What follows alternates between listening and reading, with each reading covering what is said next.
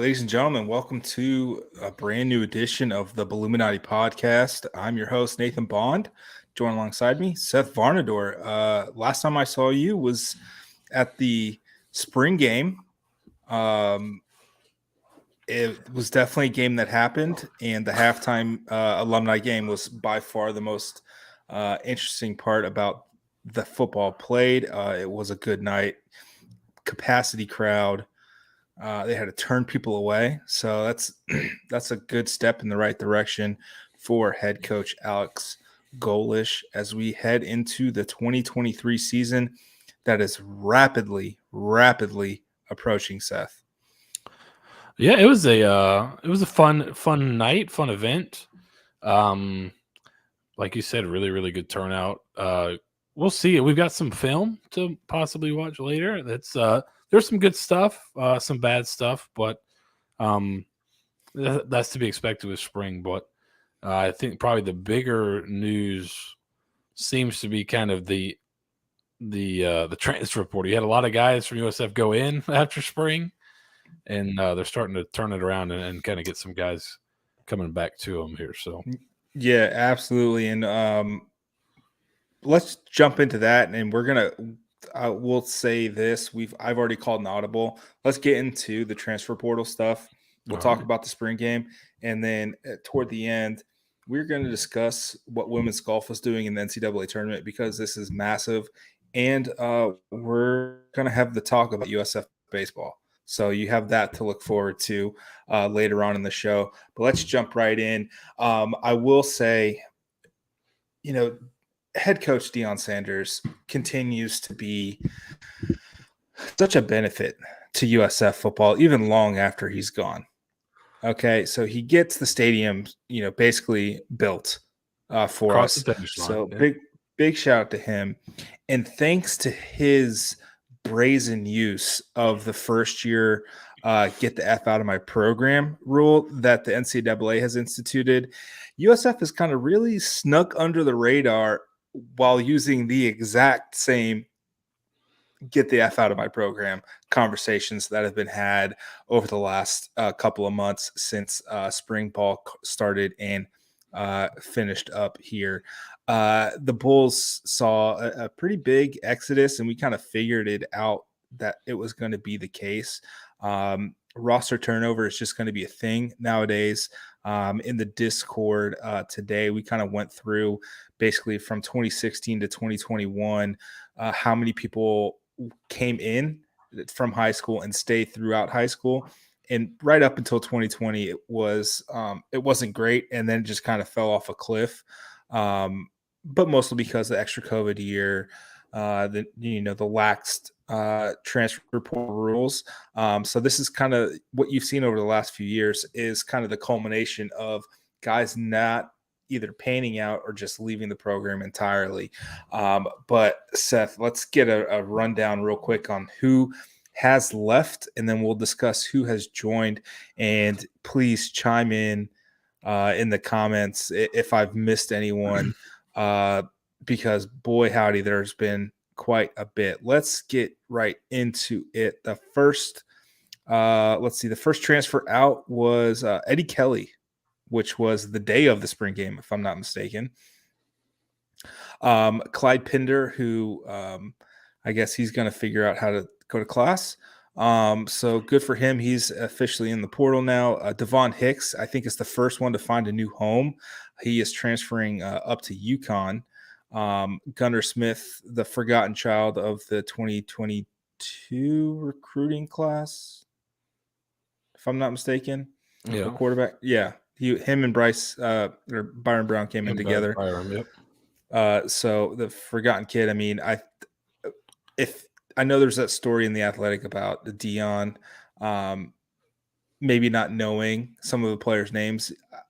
Gun to my head, I would say it's a 50-50 shot. Alex Golish knew Gunnar Smith's name. No, I thought he made some really good throws in the spring game too. But he was one as soon as they started recruiting Israel Carter. You thought, okay, this is probably looking at a scholarship quarterback leaving, and could Travis Marsh kind of going to be declared like he's not ineligible, right? Because they brought in quite a few quarterbacks, it felt like, right? So this was one that if you were in the Discord, this is something we've kind of thought might happen for a while. And like I said, I think he made like the throw of the game in the spring game. He made a couple nice balls, but well, aside from Blake Barnett hitting Andre Davis for that long touchdown in the alumni game, that was an incredible pitch and catch. Rockets being thrown to that alumni game. Pat Jewell-Miss still's got the heater is really what it boils down to here, folks. And it's embedded in somebody's chest from 5 yards away on the goal line. Oh my goodness! What? We should really do a film breakdown of that game. That's what the people want to talk about. So following up after Gunner, DeQuan Stanley, who was a corner, then turned into a slot receiver. Battled injury. He did have his Rasheem Bronson moment, one really, really long touchdown, and that is it. Deontay Hunter, who was a pretty highly touted guy coming out of high school, a mid 3-star, had an 85.78 on 247.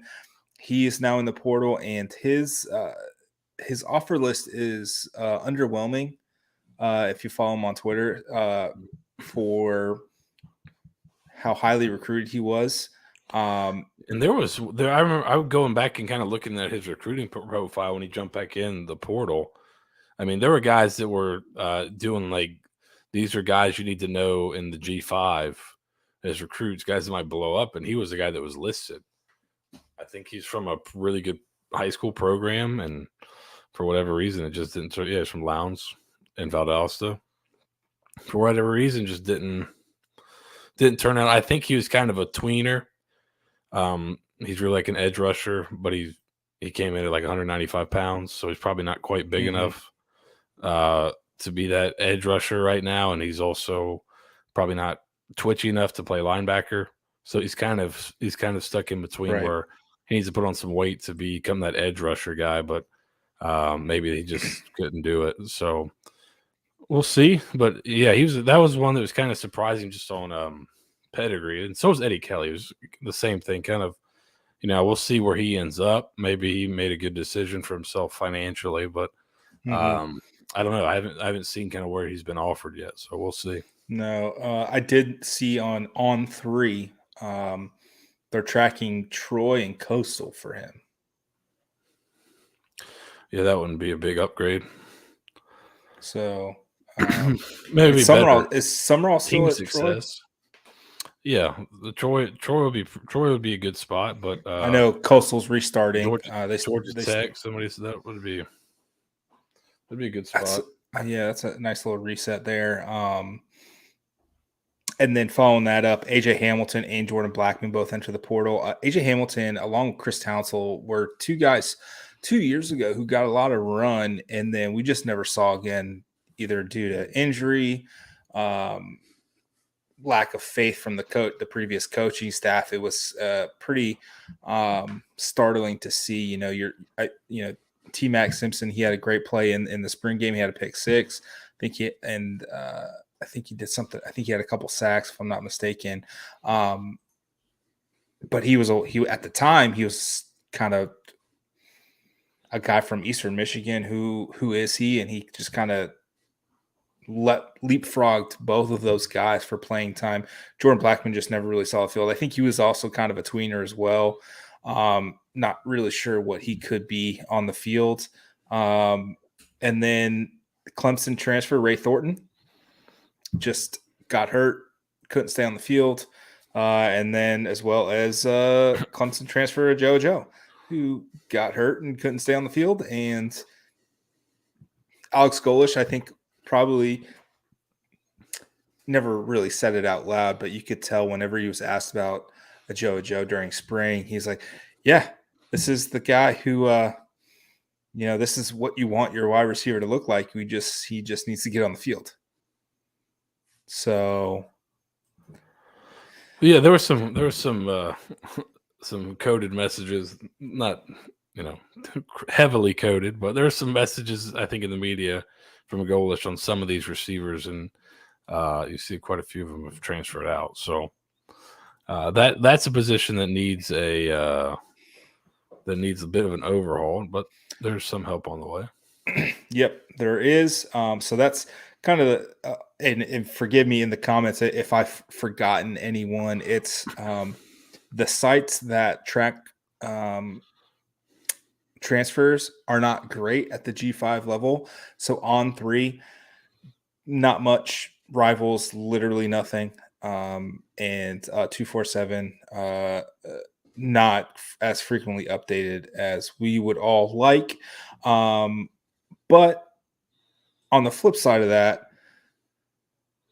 Alex Golish was able to turn this roster over, and he's going to turn it over continually. And I think there's about 5 to 6 spots left from what I have gathered. If you're in the Discord, Sean mentioned that he spoke with some folks around the program, and it's less than 7, more than 1 in that area. So there's no visits this coming up weekend. I think I know for basketball it's a dead period. I'm not quite sure if it's also a dead period. Like you can't DM, you can't like anything, you can't There retweet other anything. schools are having guys on campus. Okay, so maybe it's So just it's not- this kind of yeah. weekend. I get it. But they have able to pick up a few guys, probably positions of need, and being able to get these guys because the positions USF needs, offensive line, wide receiver, defensive line, those are always kind of going to be the positions that all of the schools need. So you're kind of trying to fight for the best ones. And they were able to, they landed a big dude. I think he's the latest one, Lindell Hudson, the FIU transfer offensive lineman who just going off a 247. He was a low 2-star coming out of high school, and now he's a higher 3-star. He jumped from a 77.31 to an 86 on the dot. That's a big jump coming out from high school to being a transfer. He's got 1 year left. He's got 30 starts under his belt. That's something that USF needs when you're replacing 4 guys who along the offensive line who had 20 plus 25 plus stars along the offensive line. Now you're rebuilding with, you got Donovan Jennings, but he's coming off an injury, and you're trying to figure out everything in the framework of this particular offense. But having a guy with that veteran leadership who, 6'7", 320, that's a big freaking dude. That's if he's not going to be your left tackle, he can be a solid right tackle for you. Yeah, and I think if you go back and watch the spring game, or if you were watching, if you go back and think about it, it seemed offensively the spots where you did not have a lot of depth were offensive line and receiver. So those are 2 positions they've addressed in the portal. Starting with Hudson was the guy. There's another one we'll talk about here in a second, but both those were spots where you felt like your 2 deep's probably not quite there. Now receiver, they held a lot of guys out. Golish said after they didn't want to risk a freak injury to one of these guys just because their numbers are pretty thin already. So there was a lot of receivers that got held out of the spring game. But those 2 positions, receiver and offensive line, were ones where they needed some guys. So it's good to see them address those positions in the portal.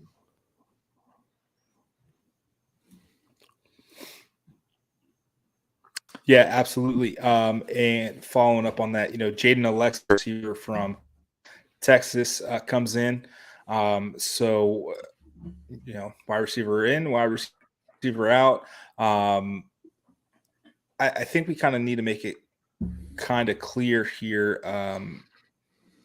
USF's not going to land the guys who are transferring with a lot of product their belt.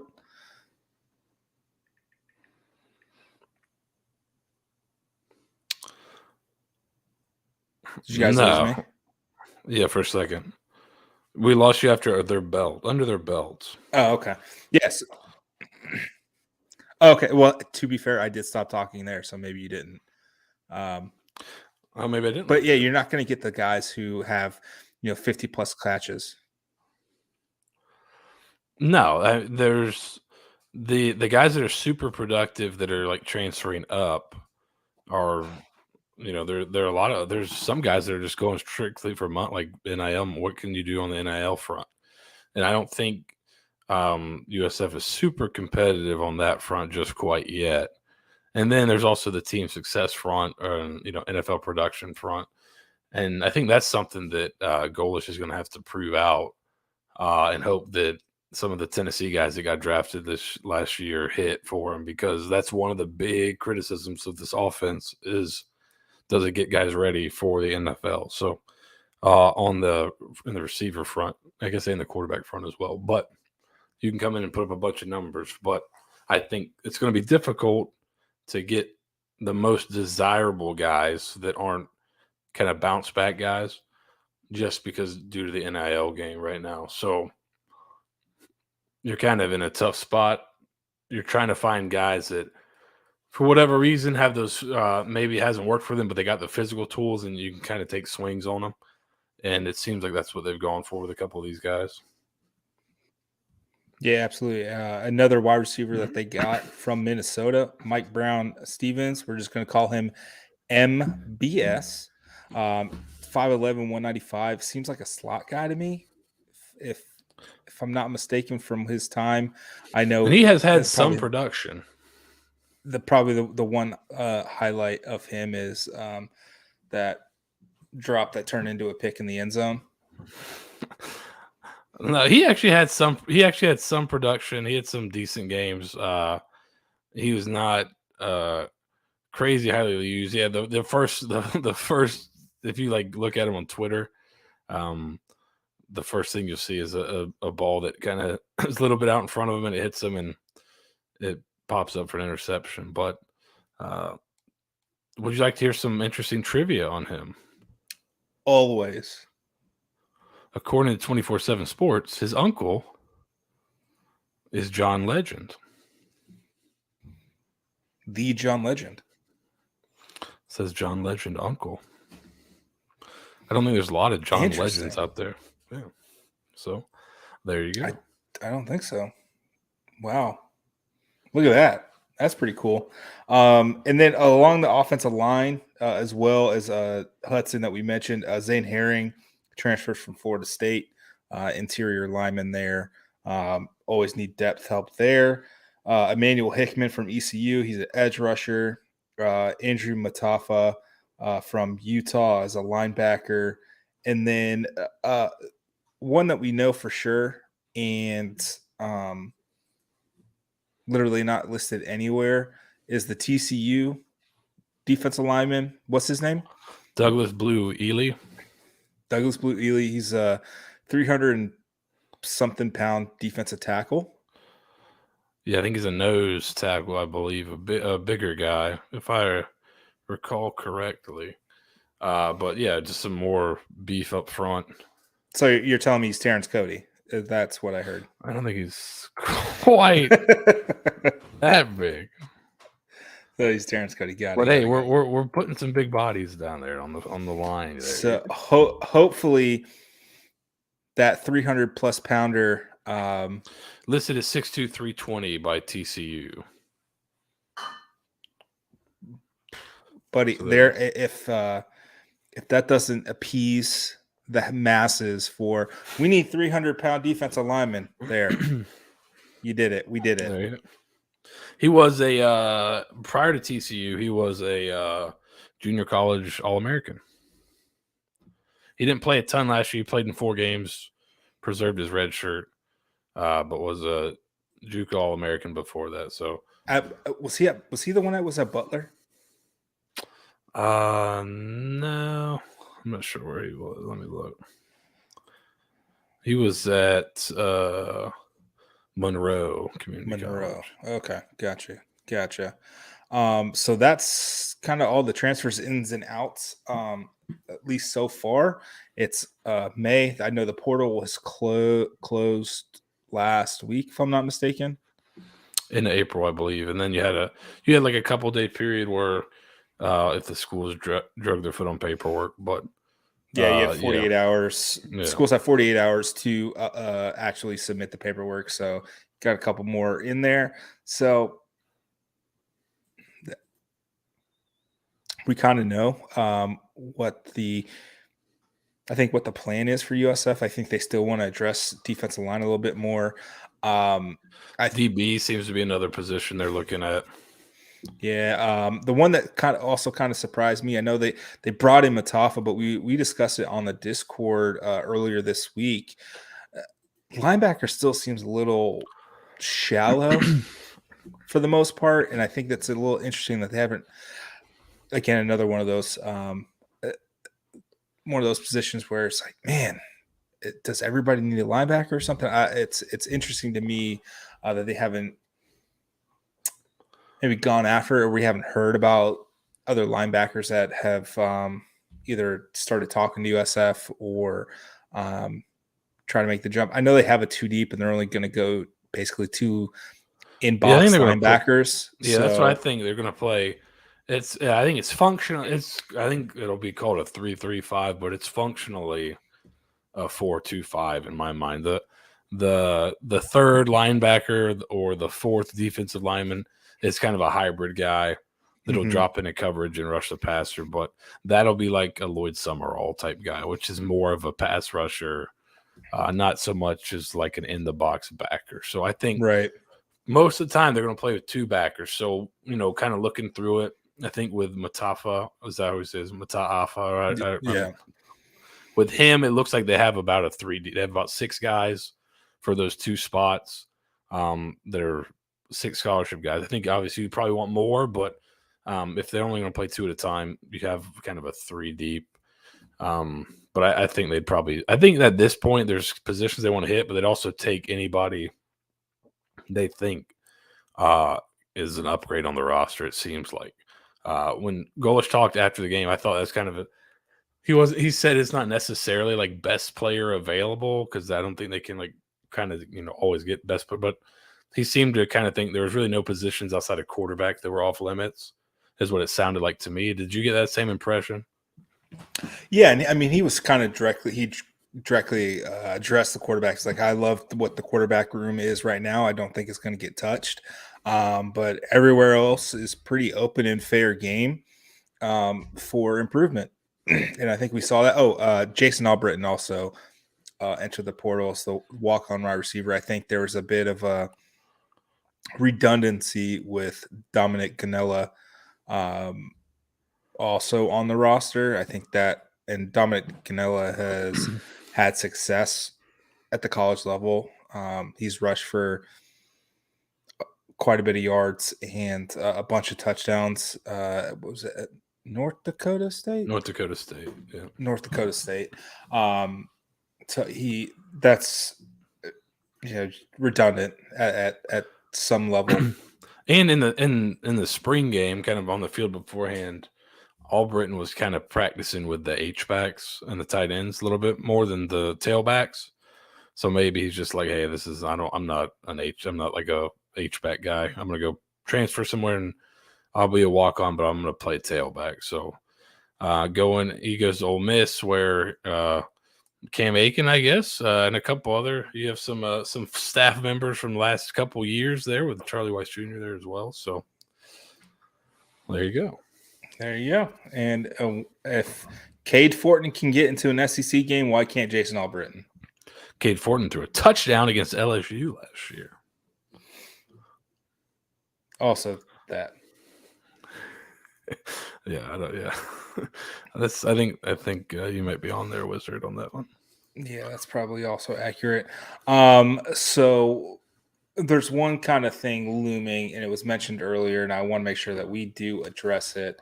I think the time after the spring game until you get to summer workouts, much like in the NFL, you don't want to be the story.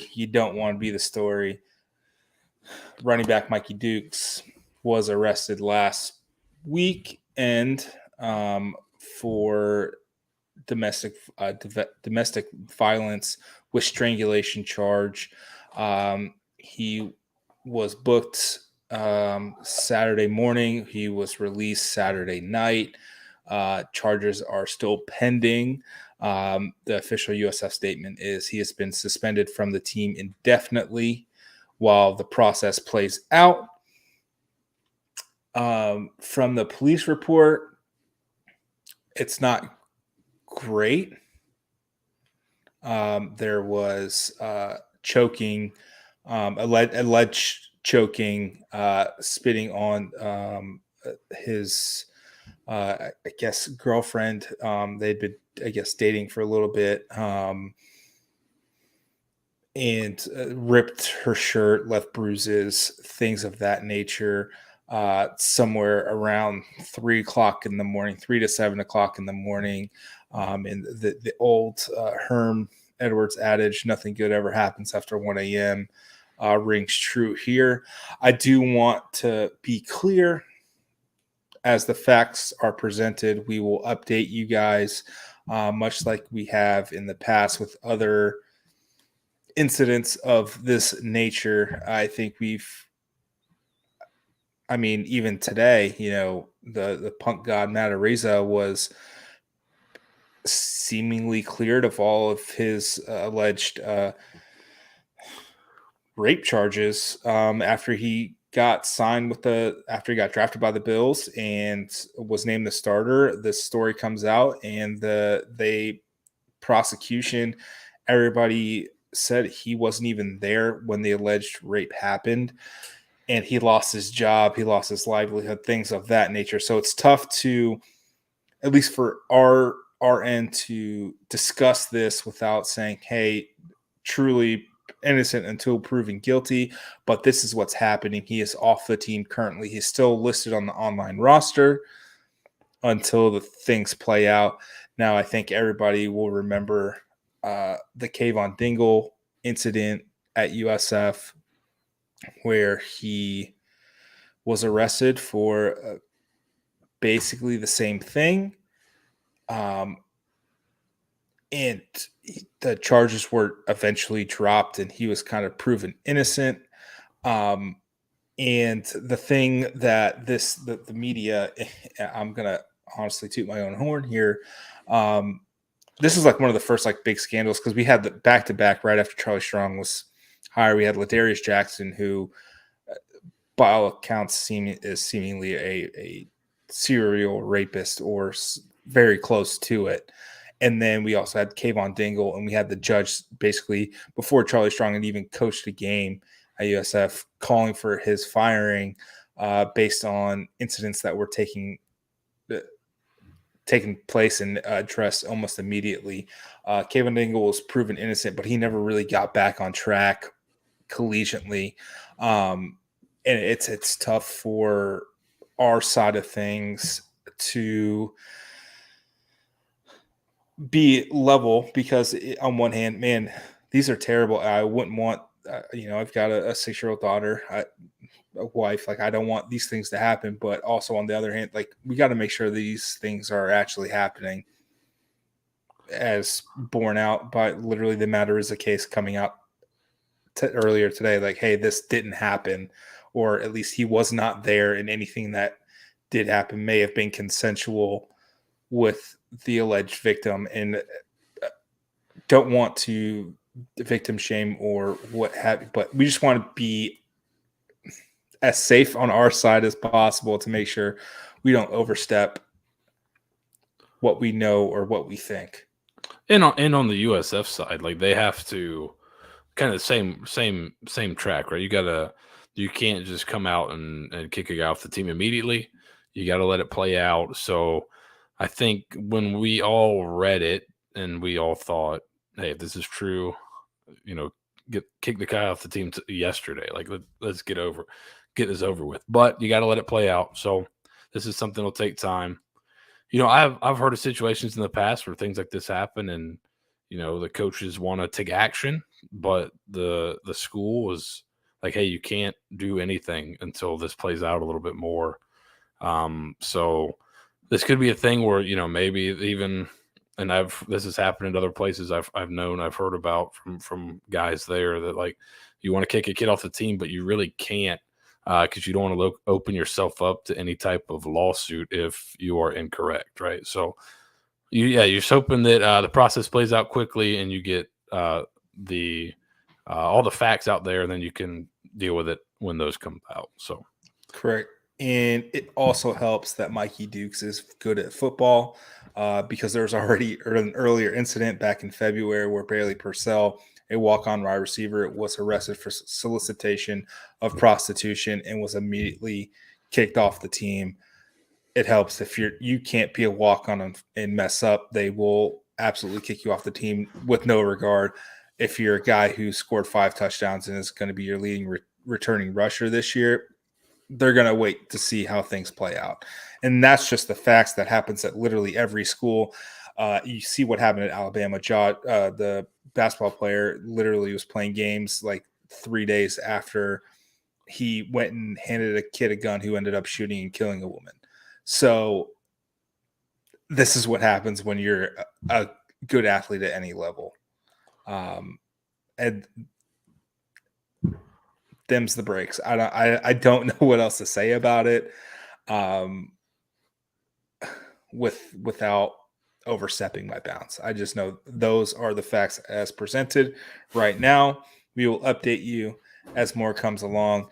And I swear to you, if USF becomes embroiled in a gambling scandal, I am going to laugh my effing head off because we all know there's no shot any USF team or player is actually going to be good at gambling unless they're gambling against themselves. And then it makes all the sense in the world why these teams suck. little point shaving. So we'll see. I hope they've made thousands of dollars if they end up being in the scandal because the pain that it would cause. But moving on off of that, let's do this. Seth, can you queue up some of the spring game footage and let's kind of take a look? Can I? Yes, I can. All right. Perfect. Let's watch the first drive by the first offense. So maybe down the line we'll do more, but let's just watch the first drive here from the first offense and just look for some, here's some interesting things and here's what makes the offense tick. So here you got your tight end split out really wide. You're going to see a little bit of short motion and just it's really hard to deal with, especially when you get in stacks. Because if you're in a stack, you can't exactly walk this guy up, right? You don't want to play 2 guys in line in a stack. It's a tough move. So right here, you motion to a stack. What are you going to do? Makes it easy read. You just block this guy, and now you're getting him the ball right now in space 1-on-1. Probably with some run game called, but that's easy. Pick up 5-6 yards on first down. Second down, you go to a little trick play here. Defense does a pretty good job covering it up here. And defensively, so you've got, right, this is basically a 4 front. You've got the tight end over here. You've got basically a 3 technique. It looks like he could be a 4-eye shade of tackle, but I think he's on the guard. He's kind of between the guard and tackle. So he looks like a 1. So this is a normal, like 4-2 box. This isn't anything crazy. So even if you hear 3-5, that's why I say it's functionally a 4-2-5 because they can bump down into even fronts here, or they could play odd front where you got a guy on the nose, which they will play in this game a little bit as well. So good job here by the defense. I thought the linebackers, Schuler, I thought he really kind of flew to the ball quite a bit. He'll be interesting to watch this year. He's got had a really good film, right? He was the guy that was just smoking people on like junior college tape, right? Yep.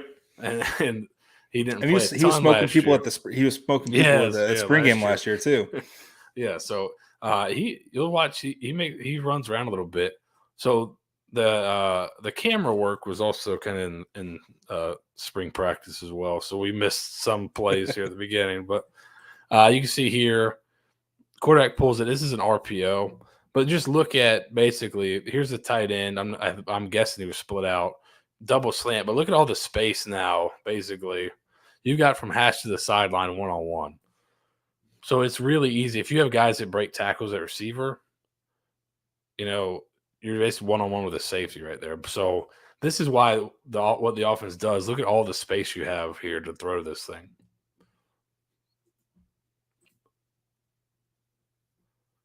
So nice conversion there.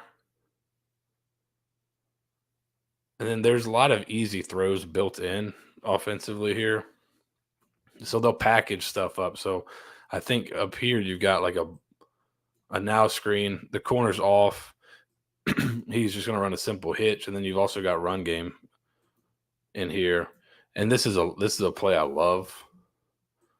You're going to run a counter, but it's going to be from the same side. So he's actually going to stall for a second and become the second guy. So instead of bringing him across, which you will see later, where they have, and this is something I'd love to ask Coach Golish about, how they figured this one out. A lot of times you'll have this counter here. He kicks out. He's wrapping. A lot of people do that. You'll notice here it's from the tight end's actually on the same side here. The H is on the same side. So it's really interesting. Really makes it a tough look, I think, defensively. And then if you like it here, because look how much separation you've got, rip it out, throw the ball out there. Again, if you've got a really good receiver down there, and you got one, your corner's continually one-on-one. And we saw that kind of last year against Alabama. They continually got guys one-on-one at Tennessee against safeties and things like that in that Alabama game, and were able to shred them. Same thing. I think there's throws attached. I'm guessing they have throws attached to just about every run. So here, I think your tight end kind of misses on the backside here, but they're giving room to the slot. Just throw it out there. Good tackled here defensively, and still basically in that even front look here. Basically a 4-2. Here's the safety walking up, playing maybe cover 3. Some not too much crazy stuff. Split zone. Good job sending 2 off the edge. So they started doing this quite a bit, where they'd slant, Mm-hmm. and then you have 2 off the edge there. And if I'm not mistaken, the pick 6 is off of basically a nickel blitz. Yeah, it's something similar to this. Yeah, basically just I think going the opposite direction. Yep. Yeah. And then they try to pull the RPO. The end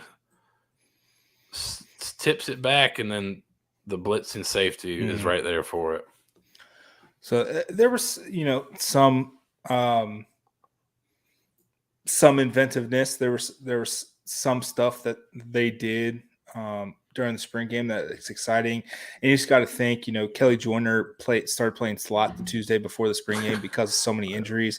Naomi Hines didn't play, Joffrey Brown, Seth Jones, so on and so on. So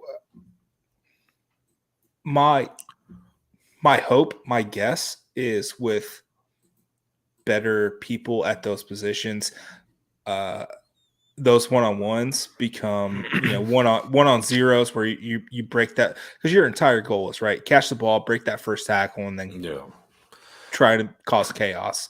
I think with skill guys, and you got to build them up, that's what this offense can present itself with.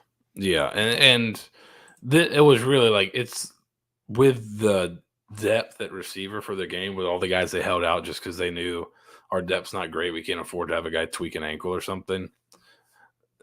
You didn't really get to see kind of the full look, and they didn't show a ton either. But so here's one. You're trying to get the tight end pop here. I think you got this.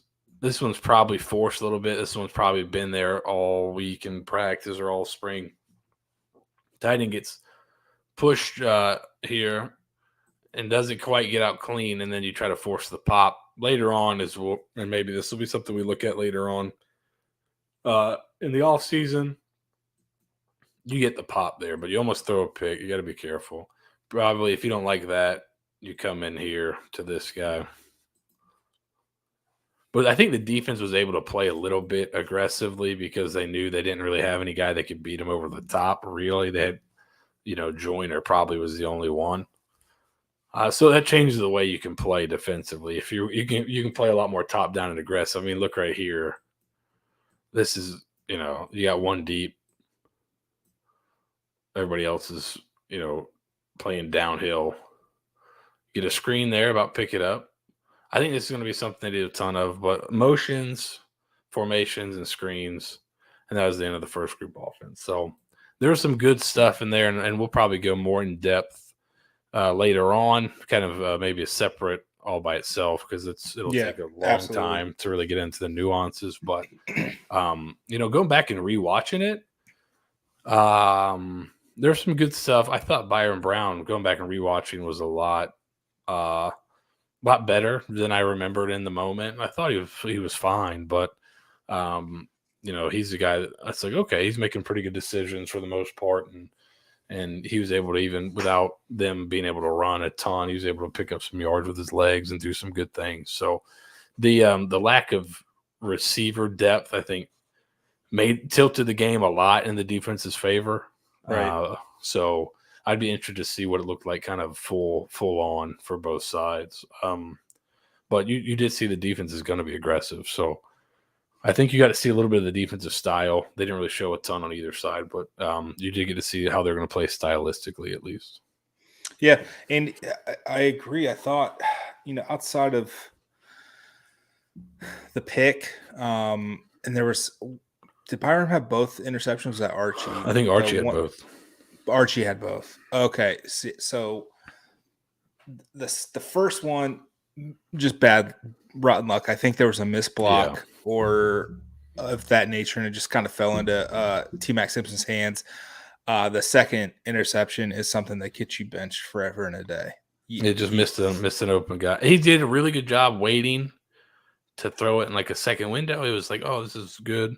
And then he missed him high. Then Logan Berryhill comes over and makes the interception. The converted wide receiver that this staff is pretty high on heading into fall camp. So we'll see if winter and spring translates into fall camp.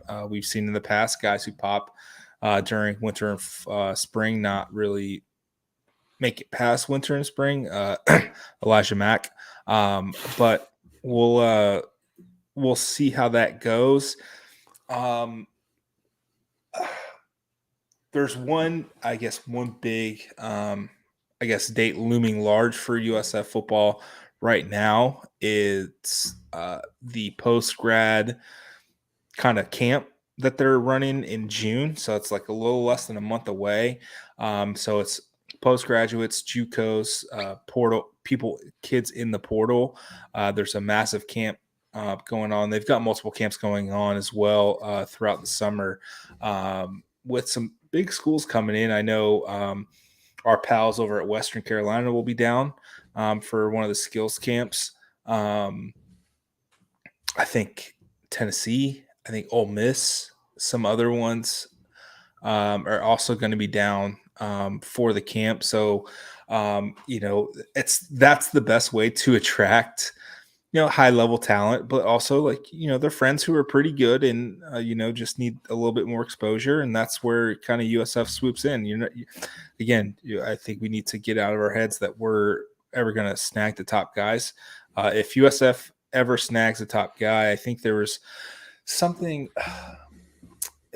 I think it was leading up to the NFL draft or something like that. If a guy falls, there's probably a reason why he falls, and it's the same kind of premise for college players. Like if a guy commits to a P5 place and then ends up he's committed early and he ends up at like a G5, there's probably something along the process that lowered him. So yeah, he had offered, he was committed to X school, but there's probably something going on.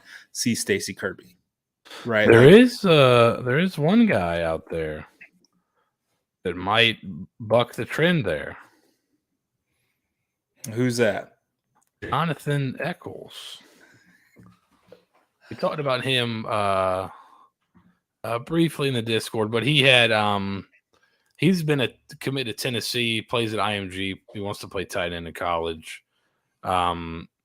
24/7 Sports has him as the 124th player in the country, 7th athlete in the country, high 4-star or 92. So, in the composite, he's a 95.58, 89th player nationally.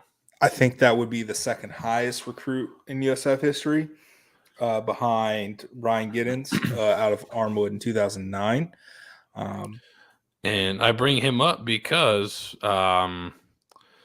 if you have a 24/7 sub, you're sub to kind of all the 24/7 sites. So Florida's 24/7 site was talking about Jonathan Eccles, and they said, let me pull it up. I put it in the Discord yesterday, but here's what he said. Eccles has been committed to Tennessee since last summer, but the door is still cracked to schools like Florida, USF, and Alabama. And then later on, he went on to say he's talking about getting an official at Florida, and then Tennessee and USF are other mentioned official visits for June. So there you go. There you go. Let's buck the trend here. That'd be a freaking get and a half, man. They've got to be biffles. They've got to have like bracelets, matching tattoos, something.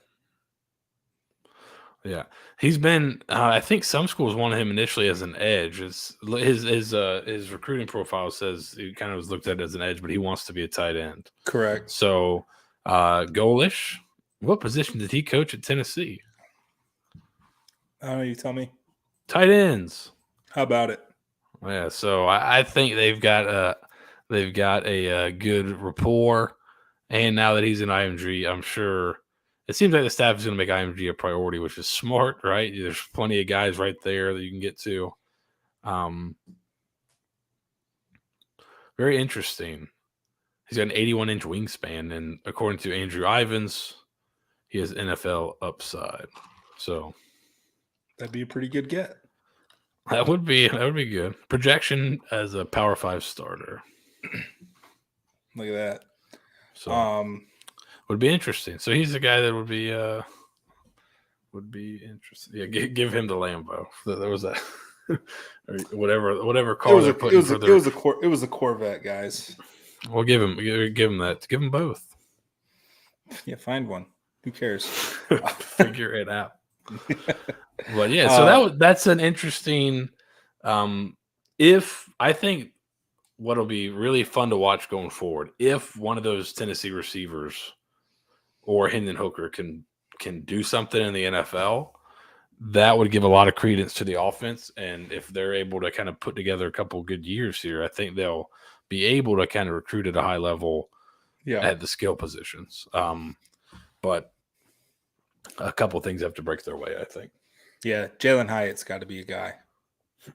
Yeah, if he goes in, if him and Cedric Tillman both have really good rookie years, they can sell that. So yeah, and then have a guy like Jaquan Smith come in and play really well as a freshman, which I think he's going to play.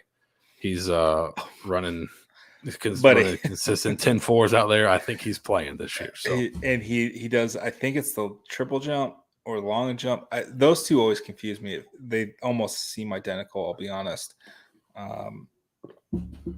But a boy's got some bunnies. I saw a kid that was not super athletic to like some D3 in Ohio because he had like our long or triple jump record or something like that at the high school, but like nobody ever did triple jump really. I'm like, this kid's got the triple jump record. And the guy's like, holy cow. And they brought him in. The guy like barely played for us. So recruiting fairs are always fun.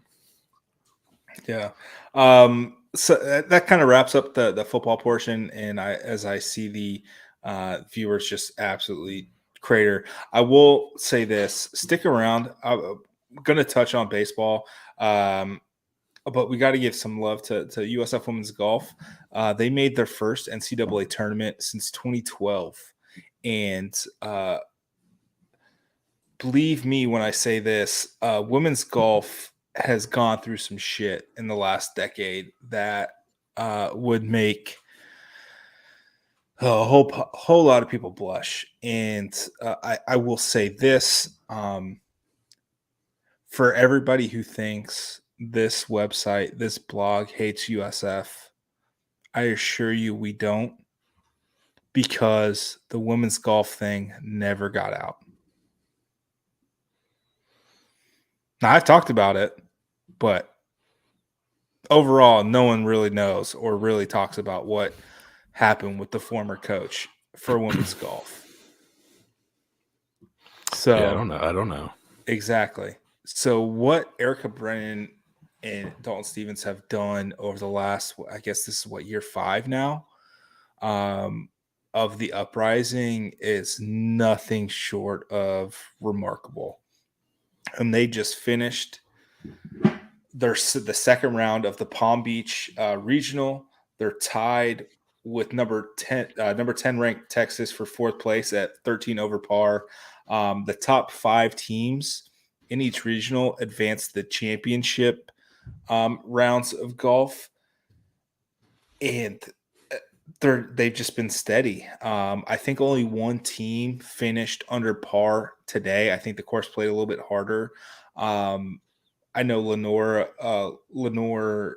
Ryan? Lenore Oh, you're Mieres. talking about a golf. You're talking about Yeah, Lenore. I know Lenore Ryan. she posted a 369 today. Melanie Green is just keeping pace. She's tied for 5th after 2 even par rounds at 72. So she's literally doing what goats do, and I will say this once again: she's the best women's golfer USF has ever had, and it's not particularly close. She's already going to break her scoring average for season and for the year, like for a season and then for her career. Like, she's blown past it. I think she's going to finish the season scoring average a full stroke better than she did last year, which also set the program record. Like, she's insane. They've done really, really well at the I think it's Palm Beach something. Palm Beach The Palm Beach Country National? Club. PGA National. I can't remember what the course is. Oh yes, PGA National. Yes, sorry. They've just been really good. They've been steady. You can see on the screen here, if you're on the stream, they're 3 strokes back at Central Florida. So they've got some cushion going into tomorrow. Got a 2-stroke lead on 6th and only 1 stroke out of 3rd. So yeah, so it's very possible that they can maintain. And like, you look at like Quinnipiac, like what are they even doing down there? But here's the thing: like, their worst score, they shot like an 84. So like, if you think you're a good, they would smoke the absolute dog shit out of you. Just know. Yeah, Melanie Green's got a 72-72. That's pretty good. This. These guys are way faster than me. They're whatever. But then, like, when you play like a sport recreationally like golf, and you're like, yeah, I mean, I shoot like, low 90s or 95, and then you're like, oh my god, look at these scores. No, they would still absolutely smoke the shit out of you in golf. Like, no questions about it. Don't even think about it. It's probably the biggest gap in talent that you could have. Like, you may look into a curveball. There's no shot you're beating a golfer. I was watching this video with Joel Damon. Do you know who that is, Nate? Yeah, he's a really funny guy from Full Swing. Yeah, he was in there. So he was talking about they were doing a video, him and a guy that writes for a golf magazine, and they basically, like, the writer would play Damon's drives and Damon would play the writer's drives. So they're just talking about, when did you know you were pretty good? And Joel Damon said when he was 4 years old, he shot a 48 from the ladies' tees. for 9, and he broke par for the first time when he was like 9. Good Lord. Yeah, it's a different. It's like a whole different type of person. Bro, I These played people that are good at golf. I played Countryway, which is like a par 3, like, small course off Waters and like West Chase or whatever, Town and Country, last Wednesday. I shot like 20 over par. Like I shot what these girls shoot like on a bad day at a full course. It's a tough game. Oh God, I'm so bad. But I just want to bring that up. Final rounds tomorrow. They wrap it up. Top 5 teams make the cut and go to the championship rounds. It'd be a massive, massive step in the right direction for women's golf. So of all the extensions Michael Kelly's handed out over the last few years, Erica Brennan's one that's definitely absolutely earned it. So does Melanie Green have a chance to win the individual? I think she's pretty close, right? Yeah, I think she's 4 strokes off the back. leader, which is pretty good. There you go. Player number 1. Yep. Where is she? I see her. Tied for 5th, just like the team. But yeah, 4 strokes back. Miami said it has somebody that's 4 under, 2 under in both days. So she's within striking distance. She is just a bad day from the top, and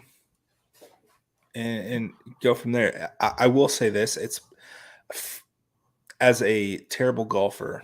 I played the same course in back-to-back weeks, and I played worse the second time. And I think it was because I hit this awesome shot last week. I can just do it again. So that's the one thing these athletes can do is block out or at least do better than I can. Block out what they did yesterday. I still have to approach the shot completely differently than I did the previous day. Yeah, they're very good at course management. And that Damon guy, the same thing. He was saying we practice so much that when we get out on the course, we're just kind of playing. We're not thinking about it. Whereas most amateurs are screwing around on the driving range, and then when they get out, they're really concentrating on every shot when they're actually playing. He's like, it's kind of the opposite for really good golfers. So, and then that hurt my feelings. So, yeah. All right. Next up, it's the conversation I've kind of been dreading having. I'll be honest. USF baseball. What the actual F? What the F? You are wasting one of the most exciting offenses that you've had in years with the worst pitching I've seen since that 2016 team was terrible at pitching because they had 45 injuries. Shane McClanahan had Tommy John in the ramp up to the season, and then a bunch of guys got hurt. It's horrific. I just want to read you some stats for this team real quick, and it's startling. So offensively, I'll give you the positive. Team's hitting 272, which is pretty dang good. All right, their OPS is 794. They've hit 62 home runs as a team. They've done really, really well offensively. Here's the bad. Opponents are hitting 288 against USF this year. An 856 OPS, and they've hit 67 home runs. This team, it truly does not make any sense. They've given up what was that score? They gave up 25 runs to VCU. And then on a Sunday and then on a Friday of the same series, they gave up 18. They gave up 16 at Houston. 11 versus Central Florida, 14 against Florida Gulf Coast, 11 against Cincinnati, 10 against Cincinnati. It's brutal. And here's the thing. I think the last 2 weekends are probably like these past 2 weekends where they got swept by Cincinnati and they got swept by Memphis is like, all right, there's something really wrong with baseball this year. And probably over the last couple of years. And I think if we really, really want to look back at it, outside of that truly magical 2021 run where, they ended up winning the conference, they won a regional, they went to a super regional. It's been pretty mediocre. We're in year 6 under Billy Mole, and I, much like Brian Gregory, love Billy. He's been fantastic. But in year 6, you can't be worse off than you were 3 years ago. And you see what Mark Kingston's doing at South Carolina. The guy who brought in Billy Mole to USF, he was the pitching coach during a very fun time at USF for baseball, 15-16 and 17. And then 2 regional appearances, and then he takes the South Carolina job. And Mark Kingston wasn't great at South Carolina early on, but they stayed with him, and now they're a top 10 team in the country. And USF has not seen that progression. I will say this. Yes, Heath, I was literally gonna bring that up. Dartmouth are 3-36. They were like 1-27 up until they were 1-27. Like that, there was a point where that USF win was the only win Dartmouth had up until I think the last 2 series. They took one against Brown and one against someone else. They were horrific. You can't continue to do this. And it's same with men's basketball. You can't be in year 6 and seemingly have gotten worse. Now the USF men's basketball offense was fun this year. Shooting threes. Tyler Harris broke a record. Drew Brescher's been fantastic. Eric Snow's been great, but you can't pitch. The thing that you were brought in to do initially, you're not bringing in the right guys, and they have not progressed probably like you thought they would. And we're at a crossroads now with this program where you can't be 6-12 going into the final 2 weekends of the season and staring last place in the face. You can't do it. 2-8 in their last 10. It's been brutal. And that Cincinnati series and Memphis series, I looked it up, put it in the Discord the other day. Cincinnati's had 1 winning record in the last decade. Memphis has had 2 since they joined the AAC in 2014, 2015. Like these are not teams with historically great baseball programs that you're getting beat by. Your Tulanes, your Houstons, Wichita States, ECUs. These are the teams you're supposed to pad your record by, and you got swept by both of them. Yeah, bruh. Cincinnati's last in the conference in batting and pitching, it would seem. Like you cannot freaking do that and expect to, keep your job. You've got to pull off something. You've got to sweep. You got to close out the season. You're 18-31. You've got to get as close to 500 as you literally possibly can. You got to steal the conference title. You got to steal a regional bid. Otherwise, Michael Kelly's going to have a really hard decision to make. And I mentioned it when Jeff Scott got fired. Okay, worst case scenario, you fire your football coach, you fire your men's basketball coach, and then you fire maybe 1 or 2 Olympic coaches. And we are staring down the barrel of that. And I don't see nothing. I don't know what the drop dead is, but you can't go 0-2 in the conference tournament and expect to keep your job. Them's the facts. You can't be best case scenario. I think there's 9-ish games left. I think there's two weekend series and then 2 more. So 8 games left. Say you go 500 in those. You can't go 7. 7. Okay. 3 at Wichita, home against Stetson, and 3 against ECU. So 7. There's not a game today. There wasn't a game today. No midweek this week. No, it looks like May 12th according to the schedule. Okay, I wasn't sure. So 7. You can't be 21-13 34 and then go 0-2 in the conference tournament and end up 21-36 and expect to keep your job. Like, if we're going to be frank here, I think the COVID year probably saved Billy's job the first time. They were 6-11. They looked absolutely horrendous in 2020. Season gets canceled. You kind of get a reset, and you go to you pull off a miracle of all miracles. So that's kind of where we're at. It was kind of the elephant in the room, and much like women's golf, I will bury as much crap for baseball as I possibly can. They're my first beat. I love them. I love the staff. I love Billy. I love Martin before him. Those are my guys, but you got to start freaking winning. And he knows it, but you got to start winning. Otherwise you're not going to be here much longer. And each passing day, those department-wide extensions look stupider and stupider from Michael Kelly.